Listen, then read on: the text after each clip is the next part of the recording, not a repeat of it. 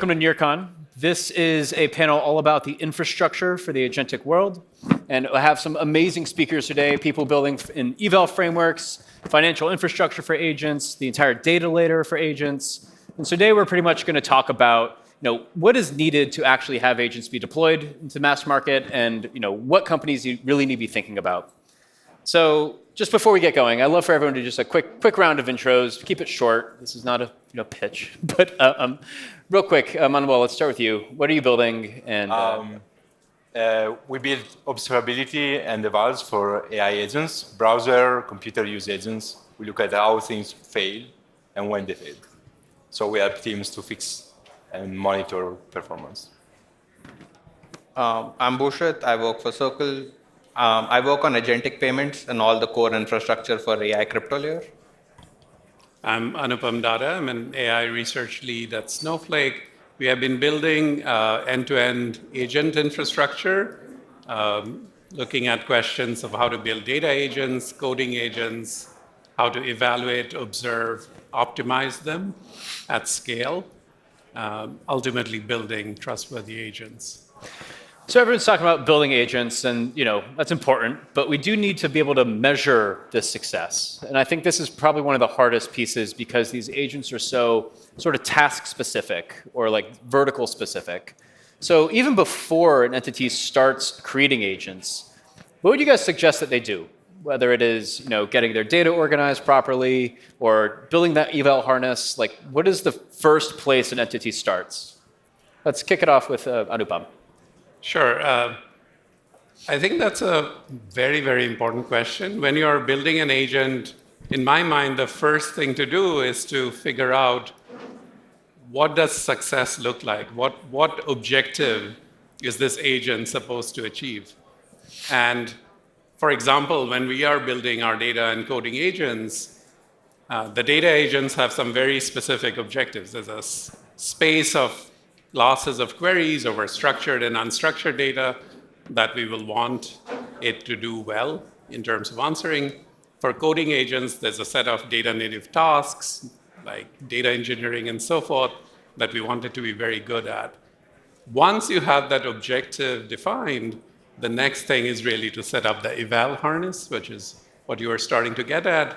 And that often means making sure that you have curated a data set on which you can evaluate your agent. That's the starting point. And then to scale, start using other kinds of techniques like LLM judges or agentic judges, so that even when you don't have ground truth or human curated data sets, you can still have a measure of how well the agent is doing, and you have confidence that that measure is meaningful. I can go a lot deeper, but maybe I'll pause here and teach a whole course on this ultimately. But Manuel, you're building agent evals and harnesses. What are some of the biggest mistakes people make when building their eval harness? Building agents today is super cool. Like, it's the thing that makes you wake up in the morning, go to work, and go every day. And so it's very hard to, as he was saying, it's very hard to specify exactly what we want. It's very easy to start doing it. Which means people do the least possible work on evals, as with unit testing and software testing, and then they move to the implementation phase very quickly, hoping that they will go back to the evals afterwards. This works, but it's very hard to convince people to go back to the evals. And so we end up with a lot of vibe checks and things that end up being in production because of time constraints, which then people cannot trust. Okay. Bhushit, creating meaningful benchmarks for task-specific things is difficult. Yeah. In the world of payments, what are you evaluating exactly? Is it that the payment goes through? Is it is it paying for the right thing? How do you sort of approach this? Yeah, I think it's in different pieces. The core basics are like what you said. Does it pay for something? Is it doing the right thing? Especially now you're trusting it with your financial data. Yep. There's other things like adversarial behavior. Hey, these agents need to operate in the real world. Can someone fool them to actually pay something for something else or do some kind of illegal activity? It can be a various amount of things. So I think it's still an unbounded problem, and we have to get started slowly. Yeah, the illegal piece is fascinating. You don't want your agent to be doing something that you wouldn't do. Yeah. And so within Circle, like how are you actually navigating this? Because the risk is so high. If I accidentally have my agent pay for something or even pay another wallet and that wallet belongs to North Korea, maybe I'm now breaking OFAC laws. And Yeah. so like how do you even start assessing that? It's the same fundamentals which you would do for, like you said, humans. You need to have the right layers of infrastructure. Like, hey, you need to have a compliance engine to be able to make sure something which a human wouldn't do, an agent doesn't do. Also, for the agents, I think there's same principle we operate with is the least privilege. It's not just for payments, but we do that in coding agents, right? Hey, can I run this command? Can I access this folder? Similarly, in the payments world, what we do right now is you have spend limits, you have policies, step up approvals as needed. So I think those are the core fundamentals which we are operating at now. But as evals come in, I think that lets you scale much better because then you have data you can trust that this agent operates for this use case very well, and then you can scale it. Got it. Talk about data you can trust. A lot of companies these days, I mean, within Near, not all the data is as structured as we would like it to be. So like what data work needs to be done before an entity is even able to start like agentifying? Because this is kind of Snowflake's bread and butter. Right. Yeah, that's a very good question. So I'd say that there are broadly two types of data that agents like to work with. One is structured data, which are in tables, like Snowflake tables, Iceberg tables, and so on. And there, in that setting, the hard task is the users may often ask questions in natural language. How do you translate natural language to SQL in a way, or how do you build agents that can reliably translate text to SQL? And there's a lot of work we have done on this problem, and so has the community. But for unstructured data, the setup is a little bit different. For unstructured data, what we have found quite helpful is, let's say you have meeting notes in Google Drive, or you have data in a PDFs and other formats. What's useful is to take this data, chunk it up into smaller components, smaller chunks, pieces, convert them into embeddings, put them in a vector database, and then also in parallel have them in a form that you build indices both over the vectorized representation of the data as well as over the keyword representation. And then have tools that can do hybrid search, meaning on one path, it'll hit the vector representation, and on the other path, it'll just hit the keyword representation. Then you have some form of re-ranking on top of that to that kind of, we have a product called Cortex Search that does this hybrid search, and that representation works really well over unstructured data. And in the world of agents now, we are moving in a direction where we want our agents to be able to work across structured and unstructured data, right? So we might have a tool for text to SQL, a tool that goes over search over structured data, unstructured data. Then we also have capabilities for what's called AI SQL, which is semantic data processing. If you think about SQL formats, the way SQL commands work is that if they're looking at a table, they might have a specific filter that says, okay, find all the customers who are paying you more than $1 million a year.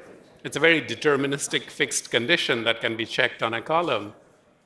But sometimes you have unstructured data in tables, like let's say product reviews. And you might want an analysis of what are the top 5 most common customer complaints that surface in these reviews. Now you're in this gray area where it's a combination of structured and unstructured capabilities, and there's a whole set of work around semantic data processing or AI SQL, which is another set of tools that span this world of structured and unstructured data. So I think that space is very rich. Yep. There has been a lot of developments over the past year or two. Primarily on the enterprise side, because like with my private claw, like for those who don't know, Near's recently launched Private Claw, which is essentially OpenClaw that's verifiably private, and it's running inside these confidential virtual machines. I need to structure my data properly to make sure that this thing can actually action on my behalf properly. So is this all happening within just enterprises, or are there sort of bridges to consumer that everyone here could even start leveraging? Because I want this. Yeah. There are bridges starting to happen. I don't know if some of you may have seen OpenAI put out a blog post about how they built their data agent. And I think it still might be in closed or preview stage, but that's an example of a system which is headed in that direction, which likely will get opened up to consumers. So I just got to tell my Iron Claw to go check out that blog post and then There you implement go. changes. Okay, great. Yeah.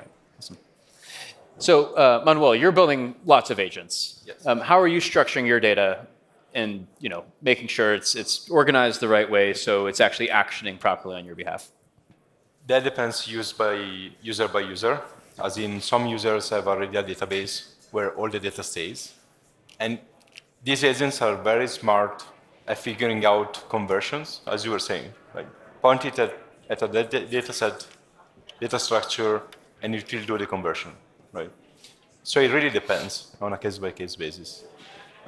Over time, they're getting way better at porting format to format.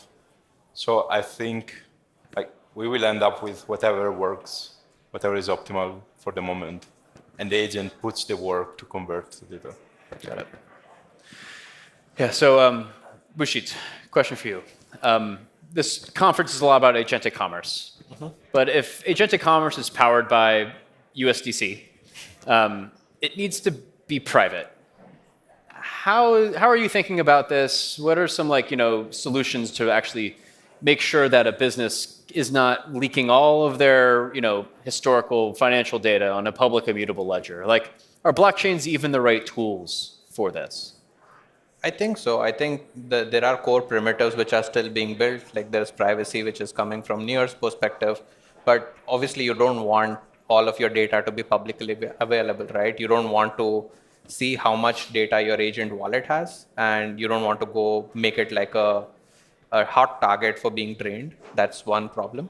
I think solutions are still very nascent. It's a new problem to solve. The one solution which people go by is like hot wallets. You create specific wallets for your agents and you keep swapping them, but that doesn't scale by any means. Yeah. Then there's also like optional confidentiality at the blockchain layer itself, but now not all blockchains support it, and then you're now limited by the networks you can use. I think confidential intents is one way to actually solve it. So yeah. Just came out today, so let's hope it can solve it. But I'm optimistic. One other piece on the crypto agentic payments piece is a lot of crypto transactions, they're deterministic. They get sent, you can't just, it's gone. Yeah. If we're actually really trying to build this future where agents are transacting on our behalfs, I do believe there needs to be some sort of chargebacks. Because not only will the model hallucinate, I will hallucinate. I will absolutely buy the wrong thing sometimes, and very quickly need to go back to my Amazon cart, make refund, da-da-da-da. But in an agentic world, that's going to be kind of hard.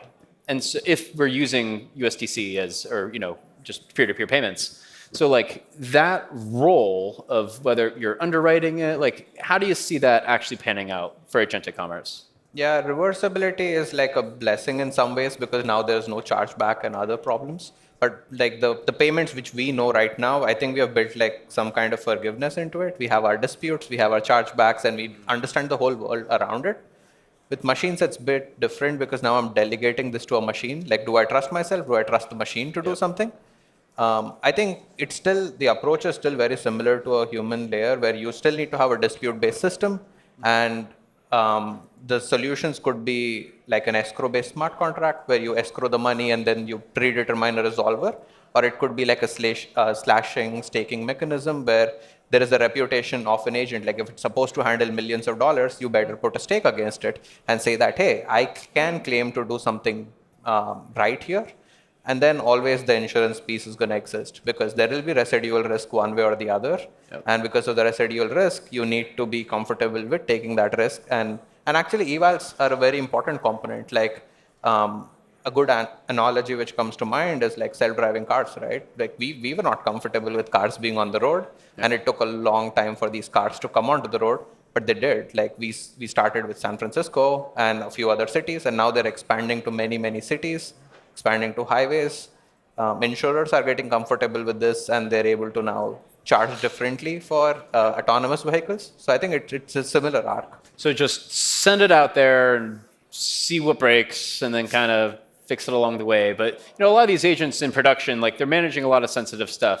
And with Snowflake, like you can't really risk that as much. And so how do you go about editing the eval framework and managing these agents that are live in production?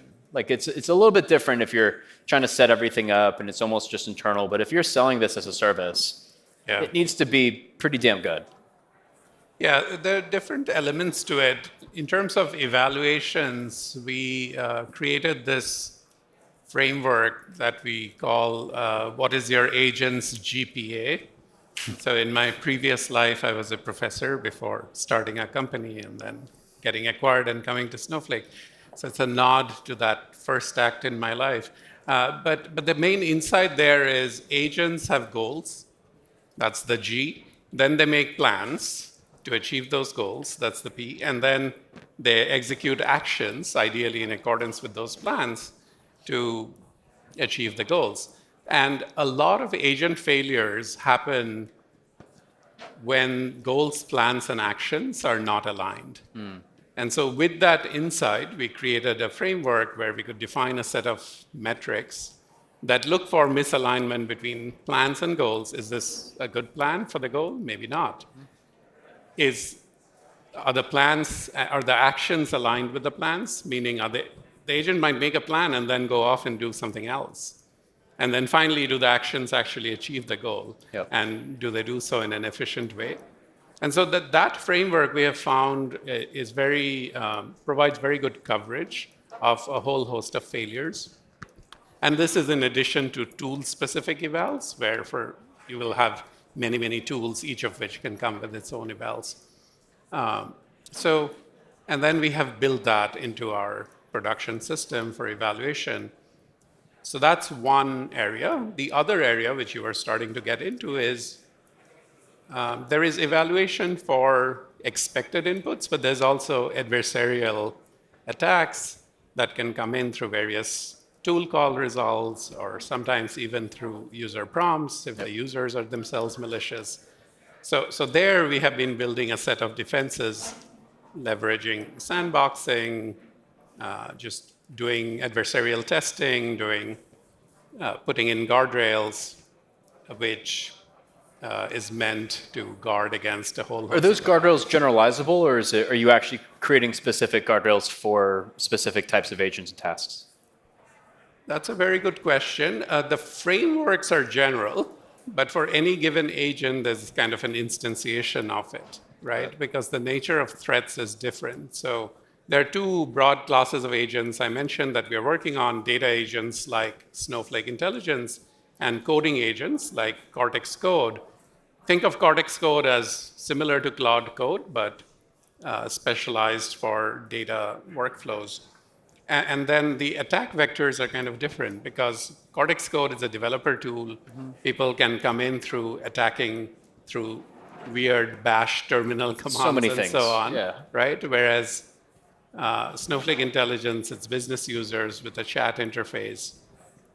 They don't have access to the bash terminal, but there are other ways of doing attacks. So the overall process is similar, but the classes of threats and the instantiation of the guardrails necessarily are different.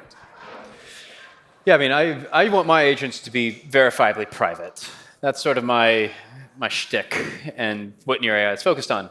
And this one's from Unwell, because we met almost 2 years ago because we're both very passionate about private inference and all this. And so what type of use cases sort of get unlocked when you do have this verifiable privacy? Yeah. And what excites you about that? On the personal side, the personal agent side, once I can trust a machine with all my personal data, I can go very far in how much I can offload to the machine. Because I can trust it to be my guardian angel or whatever in the cloud to take care of me. Otherwise, there's always the question, the tension, do I want to share this type of data with some third party, which in the past was a dangerous deal. On the enterprise side, it's different. Say, do I want to risk somebody else to have access to my internal processes? Do I want my employees' data, my customer data to be at risk? And then there is the government side, which is like, oh, no, just we don't do that.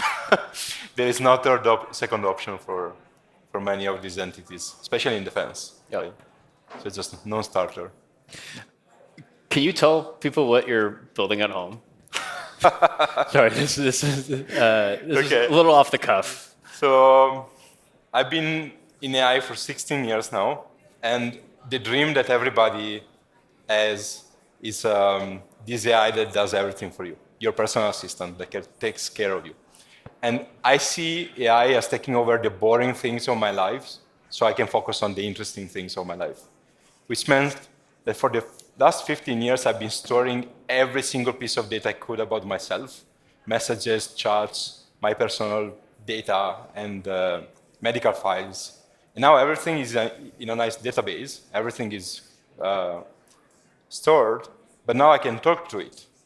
And because it's local and private, I'm comfortable with saying, have I been more happy over time in my life in the last 15 years? Have I been, when I travel, do I look more excited? And it's something I would never be able to do otherwise. But what is it doing for you? It has been preparing this panel for me. Yesterday, I had to go to a friend's home. I wouldn't remember the address of my friend's home, so I went through all my chats and my email and my history with him and figured out where he lives. I want to understand more of some things I don't understand, like journalism, and I don't have the time to be a journalist myself. So what he's doing right now, as you're speaking, is downloading open data from governments, archives, and putting them in one data set so I can play to be an amateur journalist, which is something I always wanted to do, never had the time to do. And it's a lot about data normalization, because everybody has data in all the different ways. I guess if I can ask a follow-up question to the two of you. I read this post about OpenClaw, that this person went to OpenClaw and said, make me some money. And OpenClaw made this person $280,000 very quickly. And the way that it did was to apply for 329 credit cards. The credit rating for the guy dropped down to like some very low number. Man. It started some shell companies, and it did a bunch of these things that did meet the objective. In fairness, OpenClaw was merely asked to make money without any constraints, so it did follow those instructions quite accurately. So I'm curious if you can do private OpenClaw, how would that? Because this is it's a great power, but with it comes also great responsibility. So I'm curious how you would guard against something like this. So I have a strong belief that the human is in the center of the machine, is not on the side of the machine. Mm-hmm. So this is my whole PhD topic. Right. But the agent is around the person. Mm-hmm. So the moment the person said, go make me some money, he put himself away from the system.